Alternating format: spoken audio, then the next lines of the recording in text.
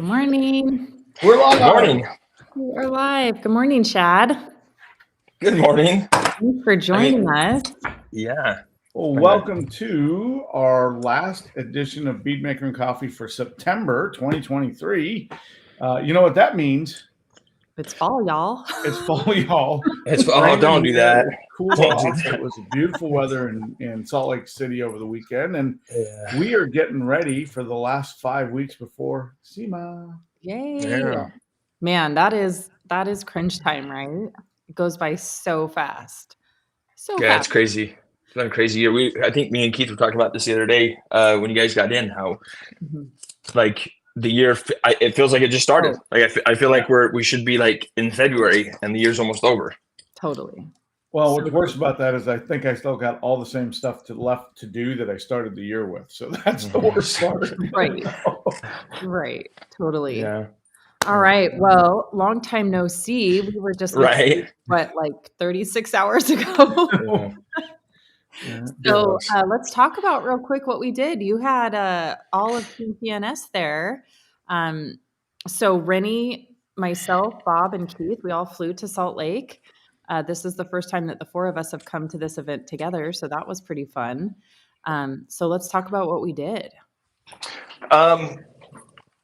Geez, what didn't we do? I mean, that was a wild couple days. Honestly, it was like you guys landed and it was nonstop run and gun the whole time until you guys left. Like you guys were running out of the building at the end of the event to catch flight. So it was a pretty intense couple days, but it was so much fun. We did some pretty cool stuff, and the event went amazing.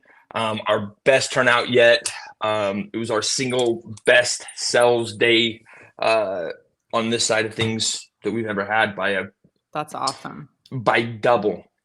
It was a mass. Yeah, it was a good day. But more than that, the customer feedback I got probably 18 text messages yesterday thanking us for putting on the event and just what us and P&S and what we do in the industry. So the customer feedback, which is the most important thing. I could care less if we sold $2 in sales and had the same customer impact. That's why we do these things. So the customer feedback has been great so far. So yeah, that's awesome. And it was an awesome event. This was number 5, right? For you guys?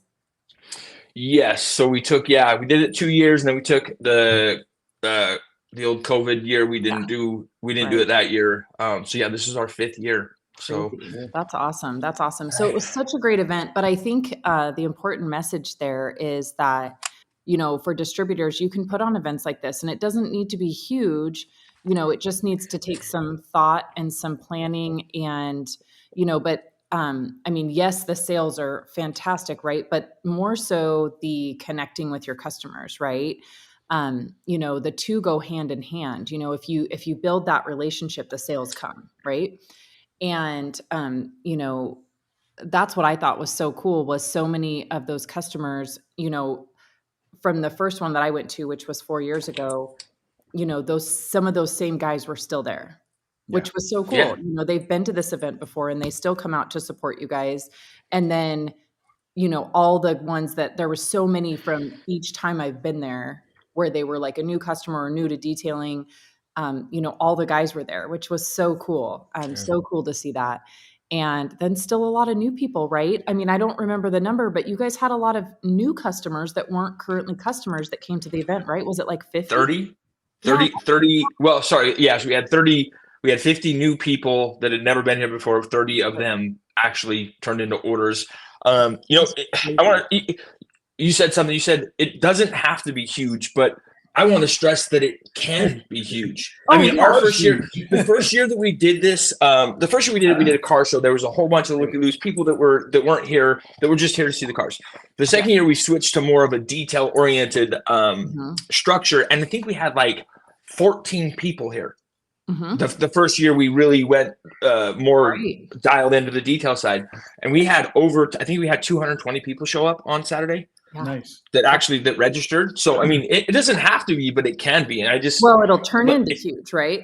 Expand your vision. We constantly keep trying to do new stuff, but also expanding our reach and just adding more value to our customers. And with that, they in turn, most of our most of our reach from this has all been our customers, our current customers, or people that have had this experience before that are out there talking about it. So this isn't, we don't do, I mean, we do a little bit of advertising, but it's, I mean, it's next to nothing. So this is all word of mouth pretty Great. much. So Well, yeah, This and, was you guys really brought in a full crew. I mean, it wasn't just P&S. I mean, the ride Mhm. company was there, so Levi and Josh Petro were there, and then Mhm. they had the guys from Road FS. Rod and Jody were great, and they were fun to be able to be with them again. And then we had the team, Buff and Shine was there, Rich and his crew, which was awesome to have. You had the interaction, and Matt from Diamond Protect. So you had a lot of opportunity for folks to talk to the actual brand.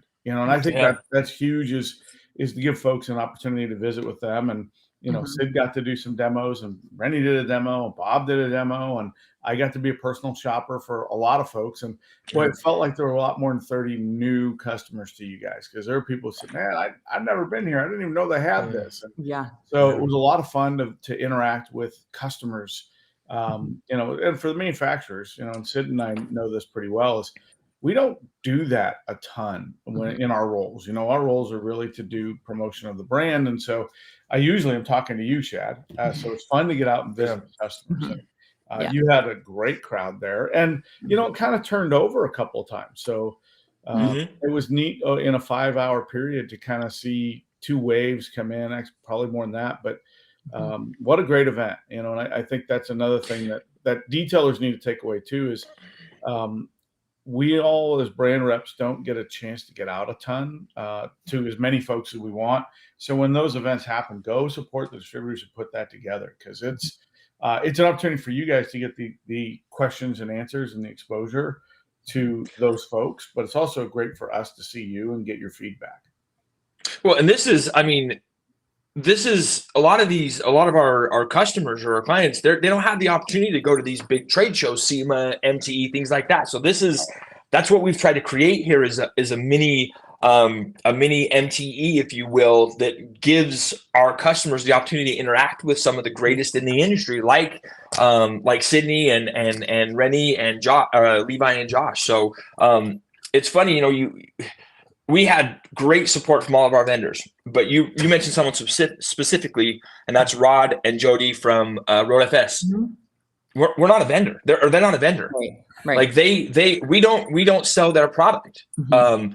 They were here. We brought them in just to add value to our customers, Right. because we know how powerful that type of software can be for these even single operator detail businesses. So I mean, think outside of the box. Like, again, we had to spend resources and time, and so did they, to have to come down. Yeah. And there was no issue. I mean, they were here just to add value to our customers. There was no there was no benefit to us other than that. Yeah. Yeah.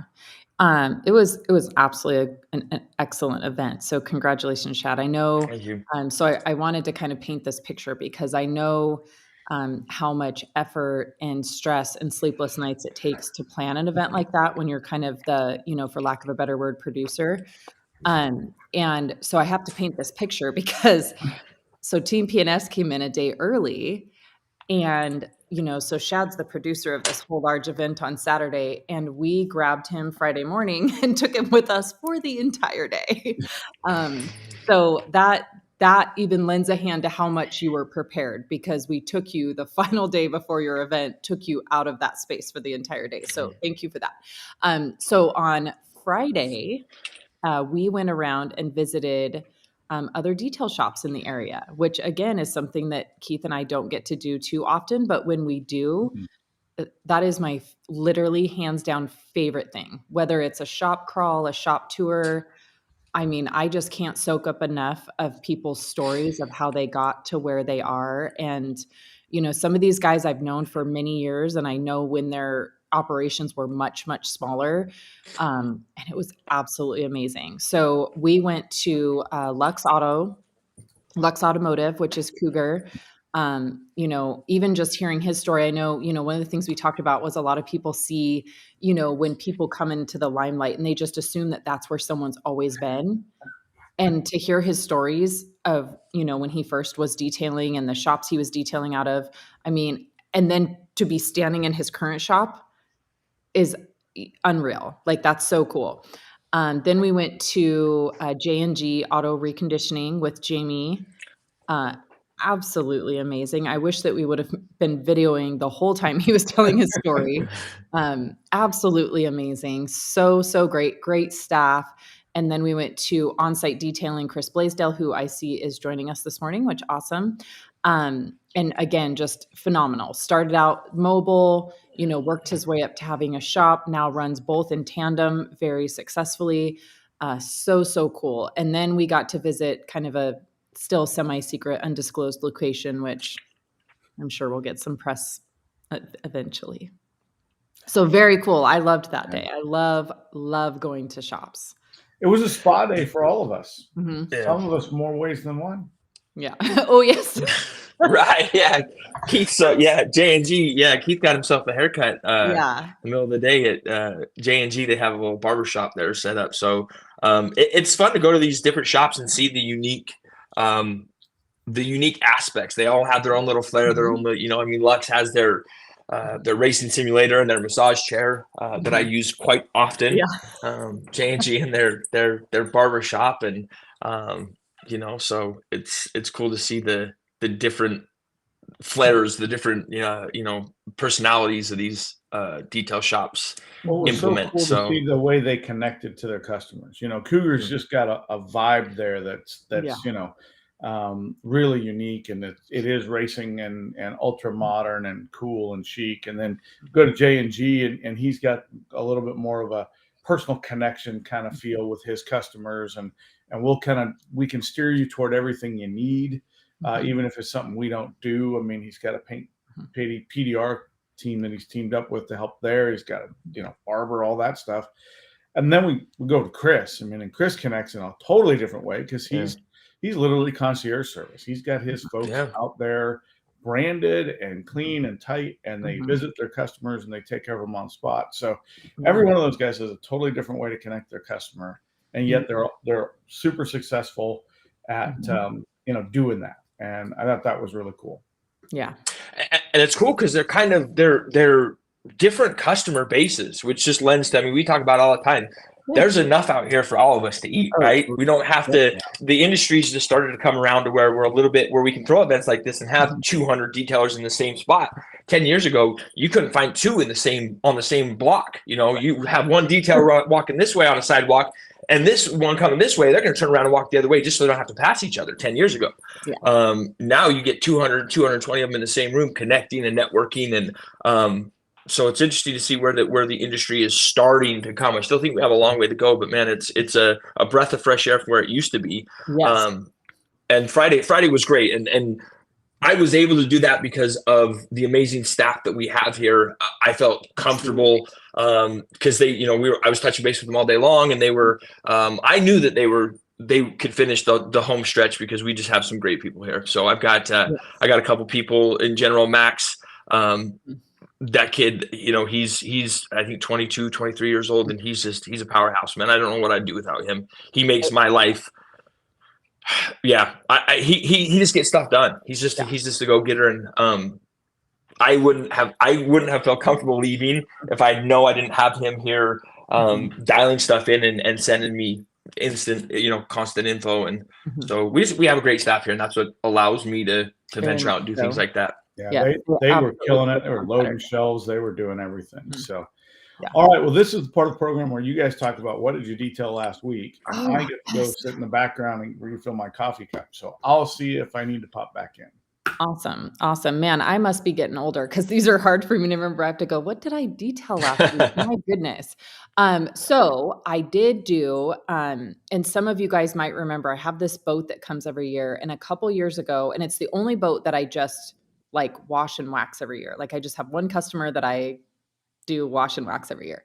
And this was the boat that a couple years ago, and I remember because it was a Bead Maker coffee morning, but it was May, literally May.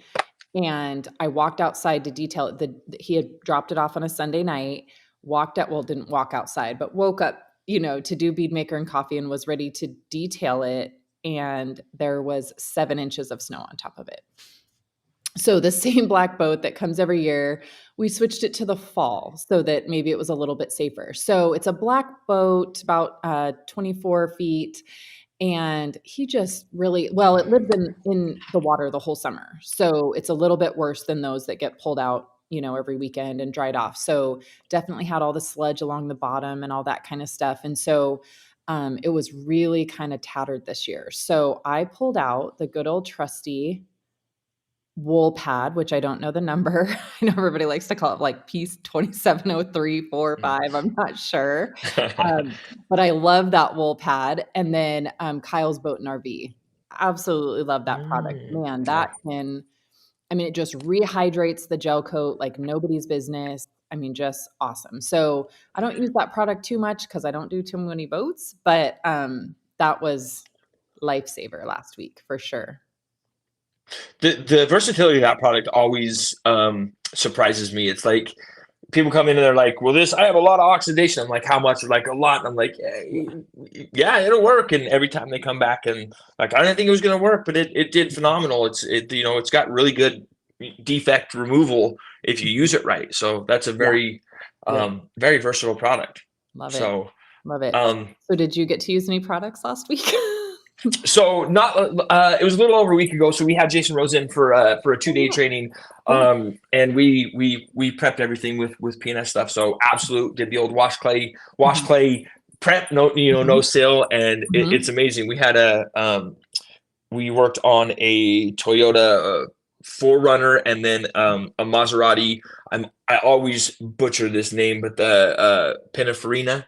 Oh, okay. I think it's called. So and just that absolute still blows me away to this day, because it's like the people in this class are like, you're gonna clean that for prep for paint correction with that, and I'm like, yeah, watch this, 15-20 minutes done, ready to go. So it's so great. So yeah, great. Jason stopped by. Interesting. He Rupes was not represented here, but Jason Rose stopped by. He was coming through. He was going to help move his son from Vegas back up to Colorado, and he just happened to come through at the right time and stop by. And I love that guy. Jason Rose is I say this all the time. He's one of my favorite humans on this planet. I owe so much to that guy. My skill set has improved so much because of him. But yeah, he's great. Yeah. That was so fun seeing him pop in. And speaking of Absolute, there was a couple times that I was up front in the store, and there was a couple new detailers that were there like within the last 6 months. And that was the first thing when they saw me, they wanted to pull me aside and go, this product, and they would point to the Absolute, and they would just go on and on forever about it. And it was so funny to just see people's like true enthusiasm for that product, where it literally, has changed something within their business. And it was just funny that every time I'd walk up there, somebody would grab me and be like, and they just wanted to talk about it. And that was so great. Absolute is. I get that all the time. I get so many people that it's funny because it's a hard sell, but once you sell it, they can't go back. But I have so many guys. I mean, even at the event, I had guys who are like, yeah, I've been meaning to try that. I've been talking to you for the last 6 months about it, but now seeing it, I'm like, man, I've been telling you. So that's, if you're not using Absolute in your business, you're absolutely insane, because it doesn't have to be on every wash, but there's so many instances where that can just save you so much time, or allow you to do a job that you normally wouldn't do. I mean, our winters here are terrible, so that gives, even in a garage, you can't wash a car in a garage when it's 12 degrees outside. You can do a rinseless panel by panel if you know what you're doing in a garage in 12 degrees. I've done it myself, so it's still such an underutilized product in this industry. But so great. I love it. All right, so should we start with questions? Right, everybody start sending in your questions. We have Shad here, and he is just as much of an expert on P&S products as I am. He gets to use them a lot, gets to talk about them a lot, and knows them like the back of his hand, don't you? Yeah. So I've spent a lot of time. Yes. So we've got all the answers. So yes, Super Auto. I'm almost wondering if it's a little bit of taunting going on. Have noticed a couple crystal wash videos posted by your creators. No, I'm kidding. It's not taunting. It is that people are curious, and so they're trying it out. And yes, I have seen several videos, and I did speak with the rag company last week before I left, and I begged and pleaded for them to help me do that video. It's just going to be one that is really hard to do with the equipment that I have. Mainly because obviously it's really hard to make a video about a clear product on paint that is doing a job that is invisible. So it's really hard to make that video. So I'm going to have the rag company help me, since they have those really great cameras that once we allow the product to dry on the surface and crystallize, maybe their cameras will be able to pick that up. So I believe they're going to help me on that. So hopefully we can get that done in the next few weeks. My goal will be to have the video out before SEMA, but we will see. So we are definitely working on it. But I do know that all of this talk about it is definitely making people want to try it out and play with it themselves. And I have seen some of those videos. So yes, great. All right, Chris coming in with, I'll add that we all work together and work back and forth to each other. That is so awesome. I've always said, love the Utah detailers. You guys have the best network of detailers. You really do. It's Utah. The Utah detail scene is so under recognized in the industry. I've had the good fortune to travel quite a bit, and not to downplay anybody else's, but that's I mean, I feel like we're kind of a little bit ahead of a lot of places in that networking, because I mean, all three of those places, they have different specialties, so they work together. Even though they all kind of at their core do the same thing, they refer work back and forth. And I mean, J&G, if they can't get to a detail, they'll send it over or get in touch with Chris, or vice versa. It's really I have some amazing customers. I consider myself to have the best customers in the industry, because they are so easy to work with for the most part. But that's we have a great culture here in the detailing industry. But I think it helps too that you bring them all together several times a year too. That definitely helps. But Keith and I say it a lot when we're out working with other areas and stuff. We bring up the Utah detailers all the time. Really, we use them as like the benchmark. This is what you want to be. And I know there's a Facebook group for Utah detailers, and I mean, almost weekly, there's I have this person that has this emergency. I can't get them in. Who can take them? I mean, it's like just one big network, and they all just, post if they have something they can't get to. And someone, usually 2 or 3 people say, I can take it. I mean, it's just, or even product, I'm out of this and it might be something weird.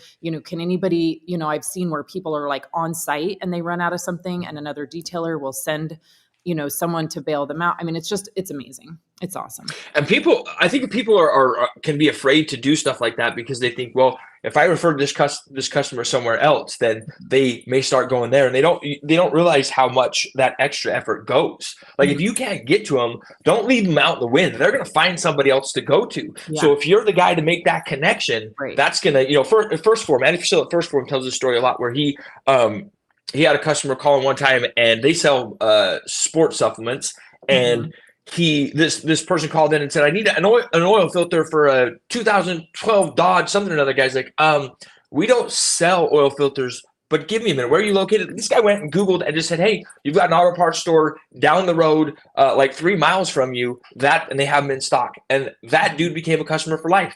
Like that, as soon as he needed something in the supplement space, where do you think he went? So don't be afraid to network with people. And I mean, your customers aren't going to go there. That's going to go a long way with your customer, and it's going to show confidence in your work, and it's you're adding value. You're filling a need for them, so you'll still be top of mind next time they need a detail. Totally. All right, Joe Kimball coming in with, Shad, the hair is on point today. What P&S products are you using to keep it shiny? What's your favorite lesson for your hair? I've got Legend, Inspiration, Oh, Defender and Bead Maker, and then I top it off with Dream Maker right before I nice. come through the door. Give So it that extra it's a pop. process, man. Yeah. It's a process. That's so funny. Shad uses Dressed to slick back his hair. Congratulations on another successful event from BUDDCO. This was from Ulysses. Oh, what's up, man? Oh, awesome. That's great. Dressed. I hadn't thought about that one. You're Dressed going to is leave undressed to get all that other stuff out of your hair before you sleep. Dress is a little too oily. It's a little too. I use leather treatment. Actually works really good because it's a little thicker. So Yep. Smell like leather. That's nice. It's all right, like an old saddlebag. Yeah, Gabriel. Product of his week is Swift because it's new to him, so he just got it and made me do some DIY craft, a 3-ounce bottle, so I can keep it in the car. That's a good idea. Very nice. Swift is amazing. That's basically all I use on my own vehicles now because and I'm not I don't stay up on top of them, but that stuff has underappreciated cleaning capabilities. I mean, right. Especially when you pair it with other stuff. And I know Jamie the cleaner put out a video just a couple days ago where he was using the drill brush with Swift on a door panel, like on the arm. And it was amazing the finish that he got out of it. He did the tape line and the 50-50, and the part that he did with Swift and the drill brush just literally looked brand new. I mean, it was was almost a little bit shocking how great it looked. But yeah, there's definitely been more people. I think people are starting to figure out the place for it. I use it all the time. I love it. But yeah, definitely on my own car. And I honestly feel like it keeps the dust down longer than for sure nothing. Yeah, I love it without question. And that, I mean, drill brush is pretty extreme. Obviously, it works, but there's not much that I can't clean with Swift and the Express Sidekick. That thing's an absolute monster. Yeah. If you're not using that, you're dropping the ball. To be honest, it wasn't a drill brush. It was the rotary brush, or was it No, it was the pad from the Ninja. So it was like the Ninja pad that hooks on from Auto Fiber. You know how they have those discs?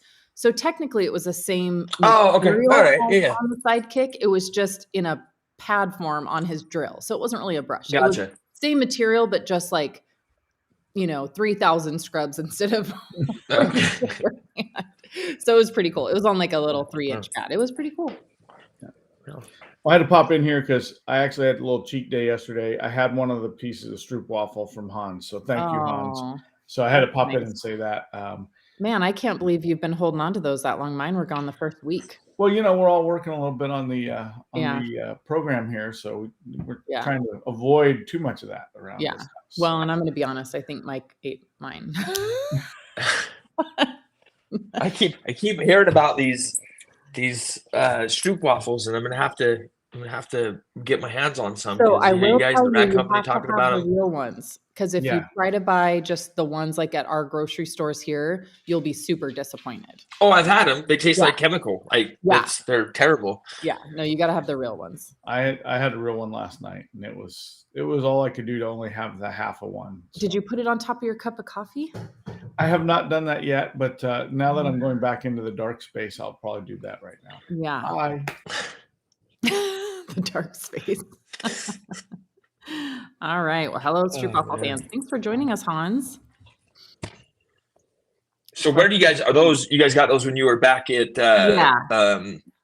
Wax Stock or whatever it was? Yep. Great looking hair is doing this episode. I saw Joe Kimball mention my hair earlier, and I have to be honest, I'm on day 3 of this hair. I was feeling bad. We just did some dry shampoo, and yesterday, just because I worked last week, and then I go do these events, and my daughter had homecoming, and our flight was delayed, and it was this whole thing. And so yesterday I didn't do anything. I didn't do anything. I forgot about that. Did you make it back in time? Nope. No. We literally I'm sorry. We literally walked out of BUDDCO, got in our Uber, and 1 second after we got in our Uber, Josh called me and said, "Hey, did you get the email? Our flight is canceled / delayed." And I was like, "What?" So yeah, we landed in Boise about 20 minutes after they finished. So sad. Oh man! So what time did you guys get back? 6:45. I'm sorry, that So, sucks. yeah, it was a bummer, but it's okay. It's okay. We still got great pictures, and she had a blast, and, it's all right. It's all good. Oh, I just want to thank you again. I know there was Oh, yeah, I mean, a lot of no. you guys came down kind of, flew in the day of or had to fly out, had other things. So, No, it was but great. It was great. It yeah, was great. We had the it teamwork went. training situation. My husband totally filled in, and I had to send him, clear instructions on how to get photos, and he actually did really good. So it was great. Good job, Mike. Yeah, Josh Yeah. Petro, what's up, my two favorite people? Oh, little pumpkin spice there. Josh has this, I can never figure it out, but there's this long running joke. Josh has this, because there's so many Joshes, and then like when we were in Monterey, I think we had three Joshes, and so Josh Brodel, and so at the rag company they have to figure out which Josh they're talking about. So he has this nickname from high school, and I can never remember what it is. So for me, my head always goes to like pumpkin and spice, and I can't remember what it is. It's some sort of So food. what's the name? Okay. And that's Josh Petro you're talking Josh about? I Petro always has, call him yeah, Petro. yeah, he I've has always called him Petro, and I'm going to continue to because I like yeah, Petro. peaches. He was Sounds talking with cooler. the peaches. I can never Oh, remember the peaches. All right, Fast Eddie. I used Crystal Wash on a black BMW last weekend, and it really showed the crystal effect once it dried. Unfortunately, I didn't get any pictures, and that's the hardest part too, is to remember to take pictures. Generally, when you're using Crystal Wash, I think there's something in those fumes that makes you forget what you're supposed to be doing at that moment.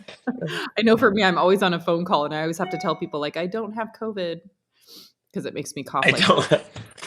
Yeah. like my favorite line there. All right. Hello. I love. Hold on, hold on. Ooh. I got to ask you a question. There's something I need clarification on because Mhm. I've used Crystal Wash a little bit, but it's something we just recently added. Okay. Is Crystal Wash as good at decontamination prepping for us as a coating as Iron Buster is, or is there? Tell me because that's one product I don't have a ton of experience with. So it is really good at decontamination and organic materials and all of that kind of stuff. But if the car truly has iron particles stuck to it, you're going to want to use Iron Buster. Okay, So, and you're not going to get that purple bleeding effect. You're not going to right. get any of that. It's just going to lift all the contamination away from the surface and help it be removed. But Iron Buster, if you have a car that has been sitting outside and it truly has iron particles, if it's ever been near a railroad or, just depending on what environment it's lived, if it truly has that nasty iron particles on it, you're going to want to use Iron Buster. The thing for me with Crystal Wash is it's easy and it's cost effective enough to just use it on almost every car. Yeah. It's going to help during that process of when you go clay it. It's going to make sure that you do the chemical and mechanical decontamination. And it truly leaves behind a really smooth, clean surface. But if I had a car that had been, near some type of construction site or something like that, I'm still going to use Iron Buster. For me, though, it comes in clutch because it gives me like an 85% option of deconning the car where I am working in my garage. And so, that smell will linger. It will really Yeah. linger from Iron Buster. And then the Yeah. mess, right? It gets a big mess on the floor. For mobile guys, I feel like Crystal Wash is amazing because Yeah. the worst thing is to try to use Iron Buster in your customer's driveway Mhm. and you're not on top of rinsing it and rinsing away. And so, we've definitely had people, and that's not just Iron Buster. Why in the world does this fly? It's not just Iron Buster. It's any iron removal, chemical. Right. You see it all over, the Facebook groups is, I stained my customer's driveway. So for me, I just, I would say I use Crystal Wash 85% of the time. I do love Iron Buster for when I need it, but I don't want to have to use it every day. So Yeah, The I other love it. thing is, My favorite. Go ahead, well, Keith. the other thing with Crystal Wash is, and we learned this from Michael Hill. So shout out to Mike. Hope you're doing well, dude. That lowering the pH on a car actually helps with the bonding if you're doing a coating. mhm. So a low pH car according to Michael's testing, and he's a physicist, so I believe it. He says will get us a better bond, which will increase the longevity of the coating that you apply. So if you're going to do a coating, having a low pH car is really helpful. And I think, I think that's a huge part of kind of just a side benefit of what that product does, because you drop the pH of the car, because it is an acid product. Yeah. Yeah. Can also change the way a car dries. I know in the car washes, the way you apply chemical really determines how dry to come. Not even the chemicals that you use, but how in what order you apply them determines how dry a vehicle can come out the backside. So I love Crystal Wash. You showed me at the Sydney at the distributor experience a few months ago, using Crystal Wash as a kind of first step to a tire and wheel cleaning process, and that has been it doesn't get any better or easier to clean wheels than that. Right. If you're not using that, you're absolutely crazy. Yeah. Yeah. I mean, for wheels, and that's where I primarily use it. I mean, the wheels is amazing. It just, especially, like on my personal wheels, I may not need it because they're maintained very well. But when these customers first come in, you haven't seen the car for 6 months. I mean, you really need to just get it going, right? I mean, it saves you so much time and gets them so clean. So for wheels, it's just invaluable. And, for me, I don't think it would be good to use Iron Buster that often to clean your wheels. I think that would be really hard on them and unnecessary. So yeah, I love the Crystal Wash on wheels for sure. That is my every time. Love it. I use it every time. Every time I wash, I use it. It's a few sprays on the rim before you put brake buster over the top. It makes it so much easier, and you just get it. It's a better result, and it doesn't take. It adds next to no time. So yeah, if you're not using Crystal Wash in your wheel wash process, reach out to Sydney. She can show you a way that'll absolutely blow you away. It's crazy. So it's honestly crazy. All right, so chemistry. People underutilize chemistry so much. I know. It's crazy. Anyway. All right. Joe says, we recently switched over to panel prep for clay lube on vehicles getting paint correction. I'm impressed at how bare the paint is after claying it now. Yes. The clay reset towel too, huge shout out to that thing has changed, my results as well. So I prefer to do both Crystal Wash and then I go back with the clay towel. I love it. Love it. So let's talk about that for a minute, if you don't mind, because this is something I've struggled with, because I actually have started doing it the opposite way. So I want to get your thoughts on this, because I've always struggled with, with the clay, a lot of times you're removing the surface stuff, and the more embedded stuff, you're knocking the top off, right? So if you do Crystal or your Iron Buster first, and then your clay, you still can leave some stuff in there. I feel like if you clay first and then do the Iron Buster, you have a better chance of getting that pitted stuff out. Is there a reason why you do the iron remover first, then the clay? Does that make sense? Yeah, totally. I'm not sure that there is a wrong way. I've always thought of it the opposite, that if I put the Crystal Wash on the surface and let it loosen everything, that the clay will pull it off easier. So I don't know. There's probably not a wrong way, honestly. I've heard that the really embedded stuff, most of the time you just knock the top off and leave it still kind of pitted in the paint. You have a smooth surface, but that was my thought, is knock the top off and then let the chemical actually bleed in there and dig that stuff out. So you have to play around with that a little bit more. Yeah, there's probably not a wrong way. I mean, I could see how both ways totally work. Yeah. All right. So I'm not sure who he's talking about here, but it says, be careful. I heard he will slather himself in honey and attract bees to fend off the swamp creature. Ron, who are you talking about? Sounds like fun. Sounds interesting. It's not me, but I mean, it's worth a shot. I'm not opposed to it. I like honey. Yeah. First from Puerto Rico saying, I do not know where this fly is coming from. It's crazy. Everyone's saying good morning to Keith. Oh, what is the best engine bay dressing? So I have two that I like. Probably my first one is Dynamic. Actually, I have three. Dynamic, Natural Finish, or Full Send. I really like Full Send too. Ooh, full set. Oh, Yeah.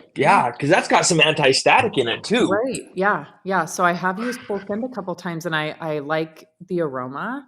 It smells fantastic, but yeah, I like the way it settles. And so similar to when we're working on like side by sides or something, it just has that self-leveling and just a little bit of shine. And yeah, the anti-static, so important. So yeah. Yes, Ron, I've used Koch Motorplast. It's an awesome, awesome product. It's just for me, it's a little on the spendy side for as many cars as I do.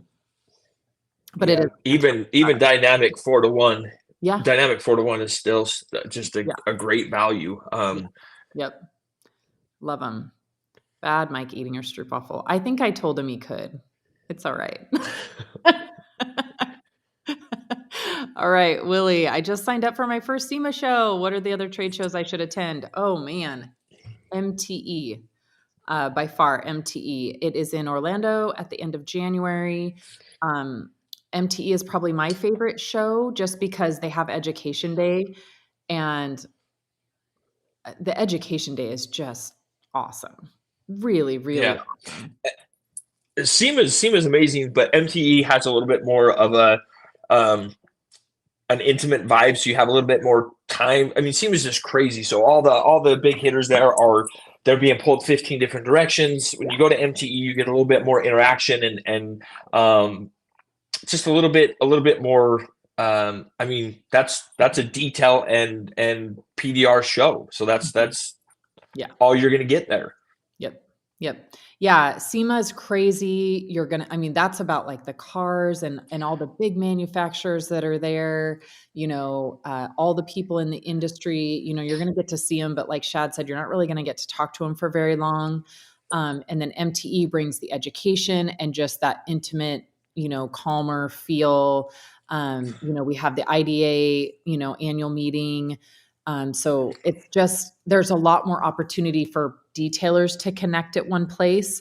We do have Rennie's party at SEMA, and that's great. But again, it's super, just a lot of people in one space. It's hard to kind of get around and talk to people. And so, yeah, just MTE as far as education and really like getting your questions answered and learning stuff. I mean, MTE is great. SEMA's just like a big party and a big crazy show, right? Yeah. So two totally If different you if different. what I loved about SEMA when I attended my first SEMA was it really, if you want to open up your vision as to what the real scope and size of the detailing industry, go to SEMA. It will change your vision of what's possible Yeah. in the industry and in life. Like when I first went there, it was like, wow, this is like there is so much potential in this industry. And guys just don't, I mean, a lot of people get into this thinking they're just going to get by, but there's, about going back to Jamie, the people we visited, like they've created real financial freedom for themselves through the detailing industry. And that's, that was a huge catalyst for me really seeing that. And it was like, it expanded my vision of what was possible in the industry. Yeah, and SEMA is also a good place if you're thinking about expanding your business and wanting to add other services, leather repair, tint, film, touch-up painting. I mean, that SEMA is going to be where you're going to really meet a lot of those, people in the industry that you can kind of get hooked up with. But then as far as, yeah, they're both great. I mean, I Yeah. suggest both, but it's two completely different Yep. experiences for sure. All right, let's get into Sarah. So I had some small issues on a Lincoln. The vehicle has not been cleaned in years, and the leather had tons of crumbs in the seat cracks. Tried the Tornador and Express and couldn't get everything out. Also tried to vacuum too. Any suggestions? So my suggestion is just be really careful. So I think I know exactly what you're talking about. I've seen those where it seems like crumbs, but they're actually kind of like leather pieces that have kind of crumbled and fallen into themselves.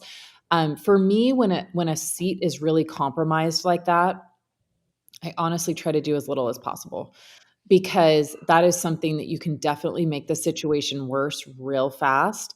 And even though the seat was already compromised, you could put yourself in a position where the customer expects you to fix it. So, I try the tools I have. I try to be really careful. And if I can't get it, I just explain to the customer that, the seat is too compromised. You didn't want to make it worse. Because really, if those crumbs aren't coming out with just vacuuming and a tornador, but even then, be careful with the tornador on a crack. You could definitely, blow the leather up.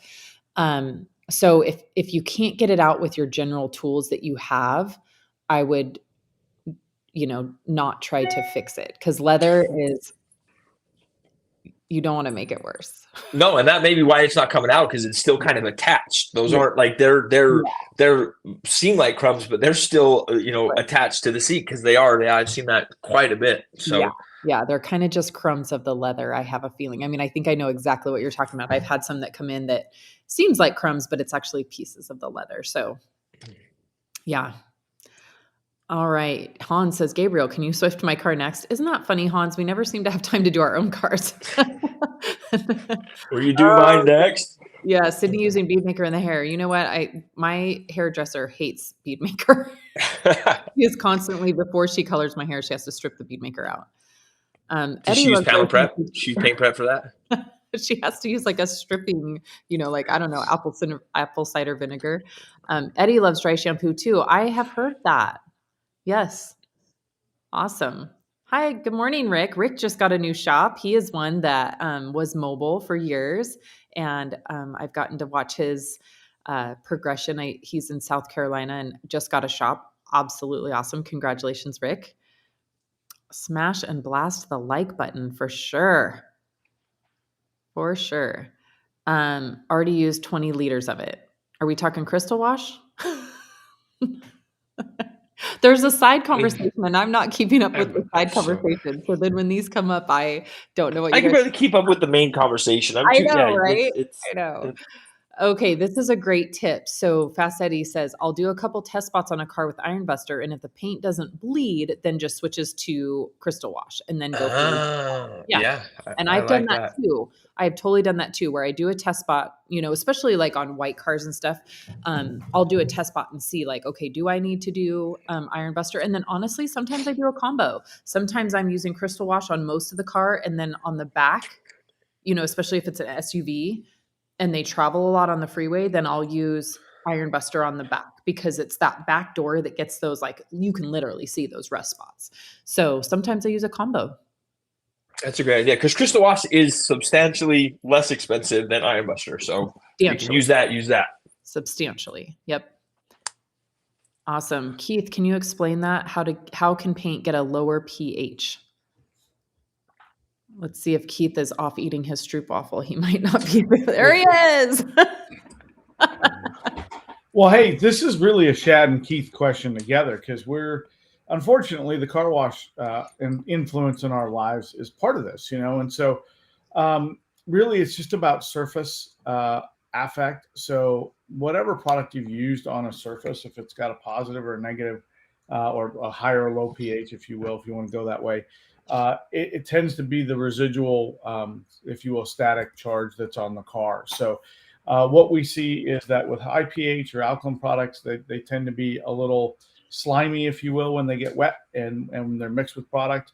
And those are great at cutting things like grease and oils and that type of materials. Acids are a little bit better at organics, and they also do some brightening. So that's why when you see glass look better after it's been washed in a car wash, it's because the acids had an effect to kind of, if you will, oxidize and eat off everything on the surface there. So really what you're getting is a surface affect from the pH of the chemical. And that just helps, again, a negative charge. You have a product that we know, we talk about this all the time with SiO2 products, normally bead maker, normally the spray, protectants, the car gets dusty, right? Well, you're losing a positive charge there. So what we're doing is we're taking a positively charged or a product that might have what we would think a positive charge affect, like a coating, an SiO2 product, and we're putting it with a negative charge. And what do those two things do? They balance. And so we get the product to really adhere to the surface better. And Dave will now shoot me because that's probably the worst explanation in history. But I think that's just kind of a real seesaw kind of balance explanation of it. And Shad, if I didn't explain it real well, help me out here. No, that was beautiful, man. I mean, it's people going back. We were talking about chemistry earlier. Mhm. People don't understand how important chemistry is in this. I mean, even diluting, like, I have this conversation with my customer all the time Mhm. when it comes to talking about the chemical, like chemicals.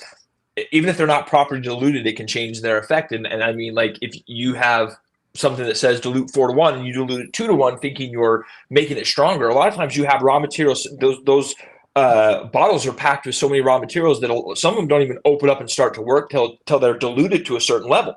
So you think, oh, 2 to 1 is stronger, but you've actually handicap the product because it doesn't even really open up and start working properly till 4 to 1. So you're actually doing the opposite. So chemistry is important, and I think you did a Yeah. great job. I mean, the carpet system that's why it's so fantastic, because it attacks inorganic, and organic, and then neutralizes, and you get the best of both worlds, and it's almost impossible to set stains. And chemistry is important. Don't go down the rabbit hole of chemistry, but at least you should know the basics of the chemistry you're using, and why it works the way it does. Yeah, and I think that would be the thing I would say. There's the chemists have figured this out, and we're just kind of following the advice. Chemists and physicists. I will say, there's a follow-up question here from Kirby. It's an interesting comment, Keith, regarding low pH prior to coating application. So the low pH is going to stay residually on the car if we've treated the surface directly, like we do with Crystal Wash. And yes, if you go through your polishing process and other things, you'll affect that a little bit, but you'll still have probably an overall negative charge on the car. Mhm. So wouldn't worry too much about that, Kirby. If you're worried about, I got to do all these other steps, it'll probably still have some effect there, unless you just, for whatever reason, get out the degreaser and do some sort of other treatment there. Mhm. I think the other big thing with chemistry is that, like you said, Shad, wheel acids that say recommend dilute 4 to 1. They don't turn into what they actually are until you add the water. So I'm going to use the wheel acid straight. Well, it's not actually the same acid, because water with certain wheel acids will make it hydrofluoric or not. And so, so you need to actually put the water in there to make them work. And I just think there's a reason why the manufacturer says, here's our recommended dilution ratio. I always say RTFM, read the free manual. And I encourage that, read the manual on the back of the bottle that tells you how to use it. You'll probably get best results. Well, and it's like, if why would a manufacturer tell you to run it at 4 to 1 if at 2 to 1 you could use more product Right. and spend more money? Like, it doesn't make sense. They don't. I mean, we're not trying to, like, they're not, manufacturers aren't trying to limit you. They're trying to give you the best experience. And they, like Dave, the research and development that goes into the stuff that he makes is so precise that it's like, there's a reason why it says 4 to 1 or whatever the dilution ratio is. Just follow it. You're not doing yourself any favors by creating your own dilution ratios. Yeah. I mean, I really appreciate if you want to use soap stronger than it should be and you want to spend more money, that always is nice, but we really want you guys to get the maximum benefit out of the product. So, and by the way, good morning, Bristol. She's giving us her best side. Yes. So she is photobombing. I know she started out on this side, and now she's moved to this side, but she's not going to look at anybody. Yep. So there's the Kirby comment I just mentioned, and I'm back in the shadow. Yeah. Shout out to the TRC Grandambassador Challenge between Jamie and the Hairy Housewife. It's getting a little bit heated. Oh, interesting. Yeah, it's hilarious. Hilarious. So there's Jamie has been putting out information that the fix is in, that he thinks the TRC guys are helping Harry the housewife. It's pretty great. It's pretty great. Oh, wow. I can't wait to see who wins that. They're both doing a phenomenal job. All right, so Super Auto question, are both Iron Buster and Crystal Wash safe to use with the perforated synthetic decontamination towel, no degrading of the media? So I would not use those in combination. I know that in the past we've seen other companies do that. I have tested it and I do not recommend it. One, for me, I feel like if you use it with Iron Buster, your towel forever smells like even more rotten Iron Buster. So I wouldn't do that. Crystal Wash is just not meant to do that. So it's meant to be rinsed away.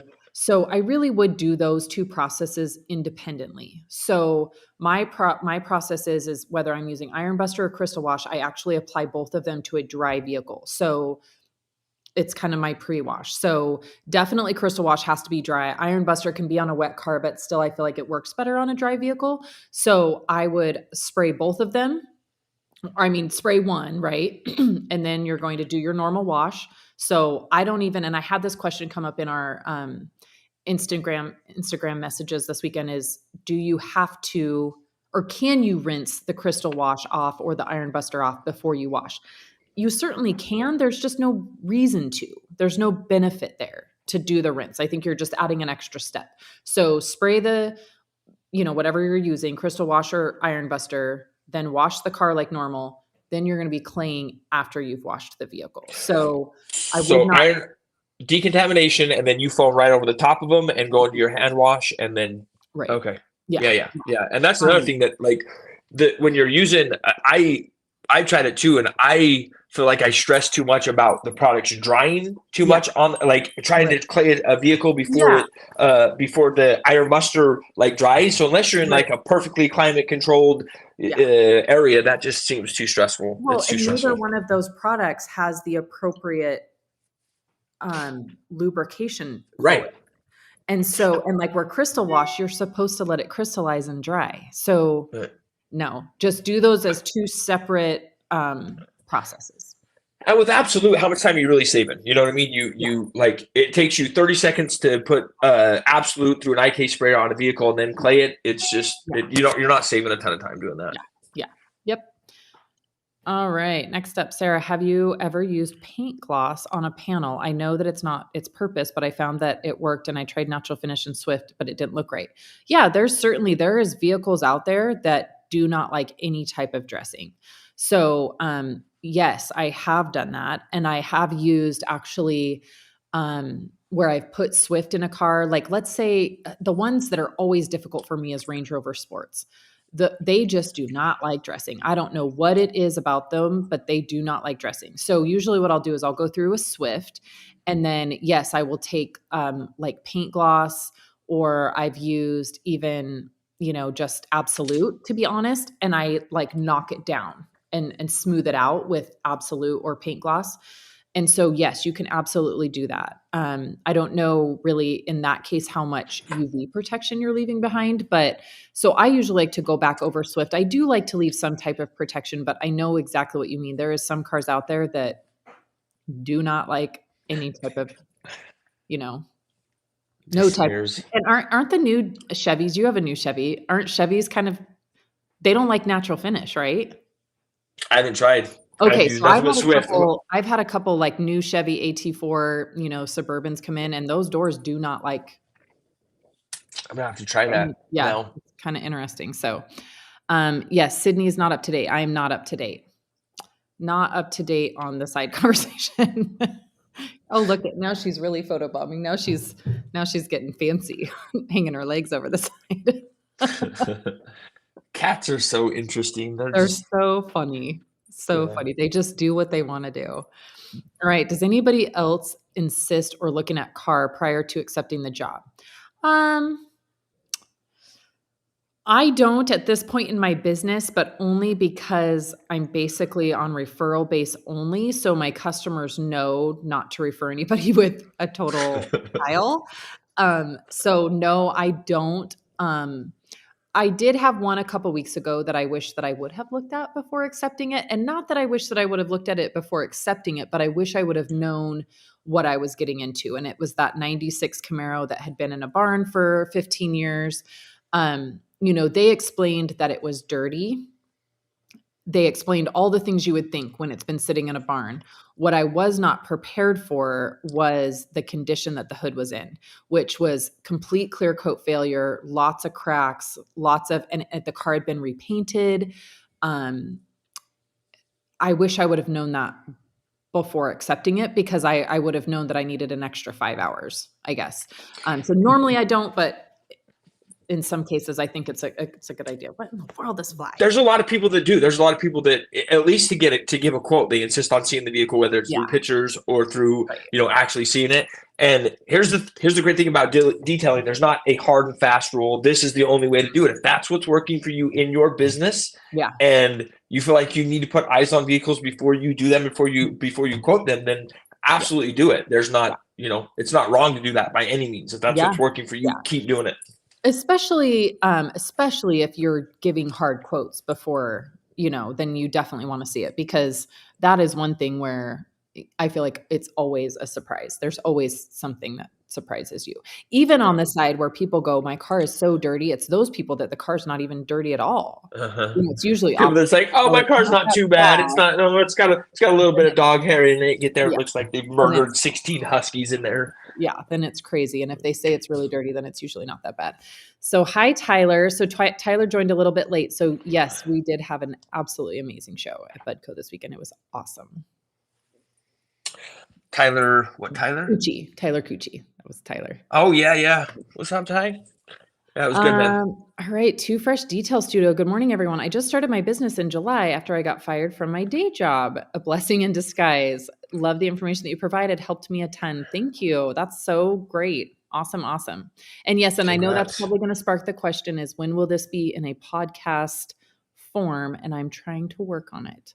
Trying to work on getting the audio extracted from our old videos, and then, moving forward, we're working on that. We're kind of doing a project with the IDA in tandem with trying to figure out how to make this available on podcast platforms. So working on it, but glad it's helping you. I'm totally missing the side conversation. Just like tools in SEMA to keep mice away, like the mouse blocker. I missed that one. I haven't seen the mouse blocker at SEMA. But you know what? I haven't been out of the booth for several years, so I need to get out. All right. Shout out to Rennie and Keith for an awesome podcast, awesome info.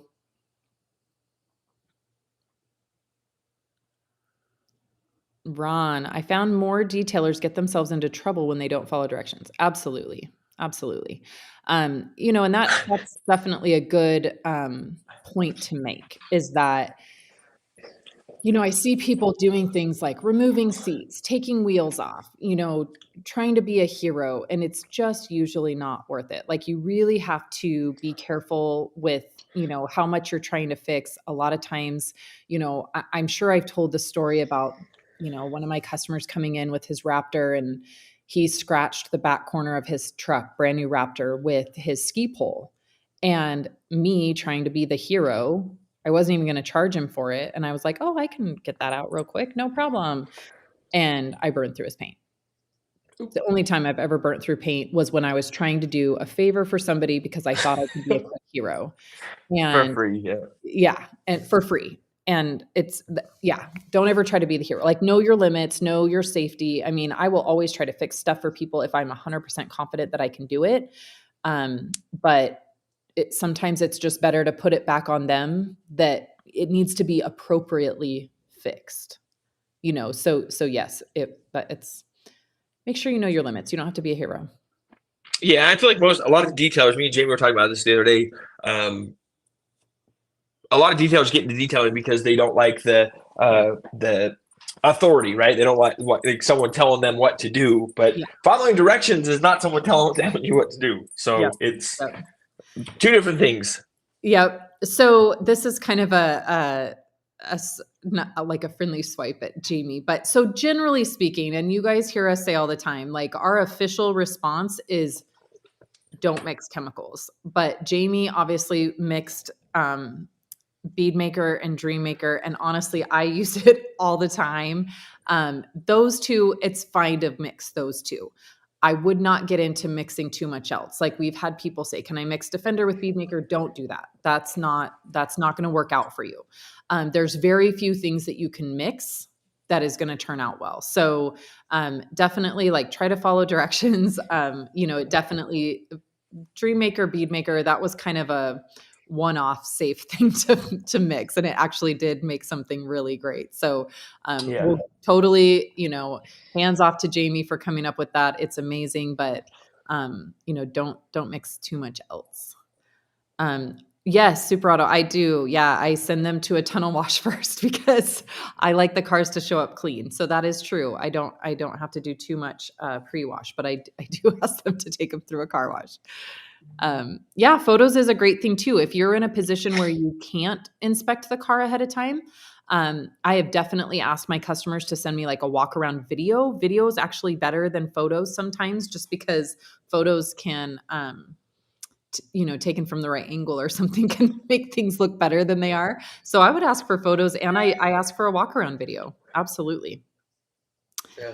Uh, But touching on that, like customers will do a lot more than you realize they will if you ask them yeah. to, or if you give them the option to. A lot of us are afraid to charge a customer more for something, or change the quote, but if you give them options or Mhm. ask them, it's a whole different scenario. So yeah, why wouldn't they be willing to run it through a car wash real quick if they're going to get a better experience when they're paying for a coating that's not a cheap thing? So Yeah. ask. Yeah. Fast Eddie, I need to see the car first. Their idea of bad differs from mine. Absolutely. So if you're running a business where you really need to give people a quote, I honestly don't even give people quotes most of the time.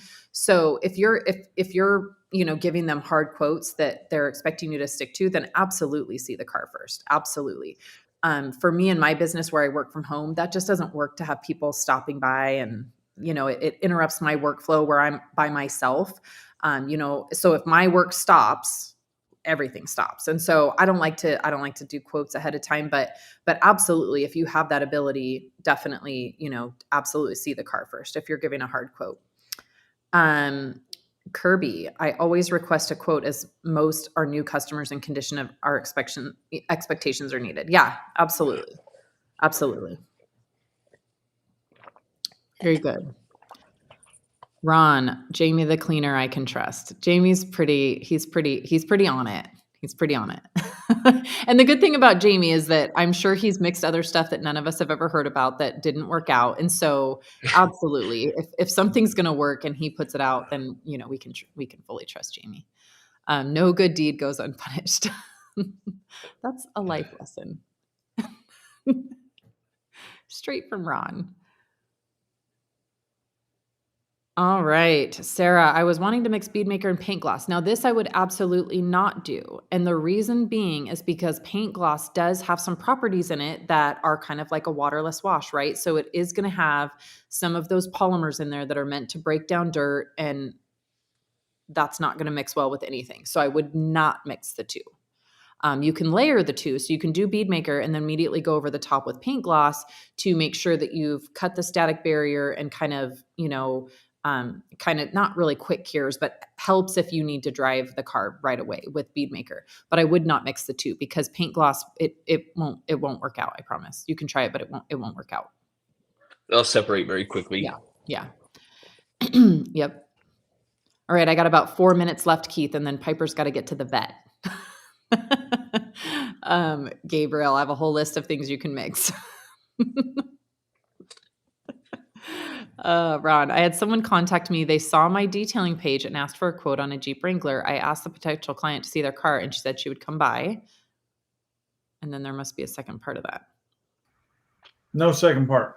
No second part. Just Ron. ask. Well, I'm waiting. They may still be from Ron. There's only so many characters you can thumb in there. Yeah. So yeah. Yeah, we are pretty well. That was kind of the last comment we had. Cool. So let's talk about where are you next? Me? Yeah, well, Shad, where are you next? Or where are you going? Oh, hopefully in bed, man. I'm exhausted. It's just leading up to this. It's been crazy. We took my son to Lagoon yesterday, which is our I don't really want to say it's not a poor man's Disneyland. If Disneyland had a baby with a carny, not even a carnival, but a carny from a carnival, that would be what we have here, and that's Lagoon. So we took him there yesterday and walked another freaking 72 miles yesterday. So I'm exhausted. I'm actually going to climb under my desk after this and take a nap. So I would too. That's where you'll find me. Yeah. Awesome. I will be making one stop before SEMA in Hayward for, we are having a international distributor event at Hayward right before SEMA. So that will be my next stop, but it will be on the way to SEMA. And then this next 5 weeks is going to go by insanely fast. So, the fall is starting, football's finishing up. So I'm going to be crazy busy, and Seema's going to be here before we know it. And that is where you will see us next. So we will have, what will we have? One more? Do we have one or two more? I feel like I was looking at the schedule and I almost think that, are we at SEMA on the next Bead Maker Coffee? We're gonna have to look Oh at that. God, don't ask me this. I know we might have to move some stuff around. That could be a little bit crazy, but So next Bead Maker Coffee is the 9th, the 23rd, and then it would be the Monday after. So we Okay, good. do kind of jump over Cute. SEMA week. I think Good. I think the scheduling department did a great job on that. Nice work, Sydney. That's a good thing because trying to add that in with everybody coming in could be crazy. So thank you again, Shad, for joining me. It's been so great. The event again, I mean, so much congratulations. That was absolutely awesome to the entire BUDDCO crew, which, like you said, is absolutely amazing. It was just a really, really good event. I always enjoy coming there. And it was a great weekend. Yeah, it was a great first Thank you guys. I'd never been there, man. So you guys killed it. You did a great job. The whole crew was awesome. They're fantastic hosts. And thank you to Matt and the team, as well as you, Shad, for putting on a great event. And I will see the rest of you next week or this weekend in Prescott, Arizona at the off-road show, or the week after at P&S at the Global SV event. Oh, yeah. Or the week after in Maryland for the Detailing World premiere, or the week after at the P&S International event, and then maybe SEMA if I'm alive by that point. So SEMA's gonna be fun. First time IDA is gonna be there. I want to thank you guys. You guys helped make this event our best one ever, and leading up to this, you guys have been such a huge, just a huge part of this in our growth on this side of the business. I know I thanked you guys while you were here, but I just want to reiterate the support that I've gotten from P&S, all the members of P&S, especially you guys, is been such a big part of our success. And I genuinely don't think we'd be here without you guys. You guys, P&S is second to none when it comes to the support you give your distributors and your customers. So thank you guys. You guys are awesome, and thanks for having me. Yeah, thank you. Thanks, all right, guys. everybody, have a great week. We will see you next time. Okay.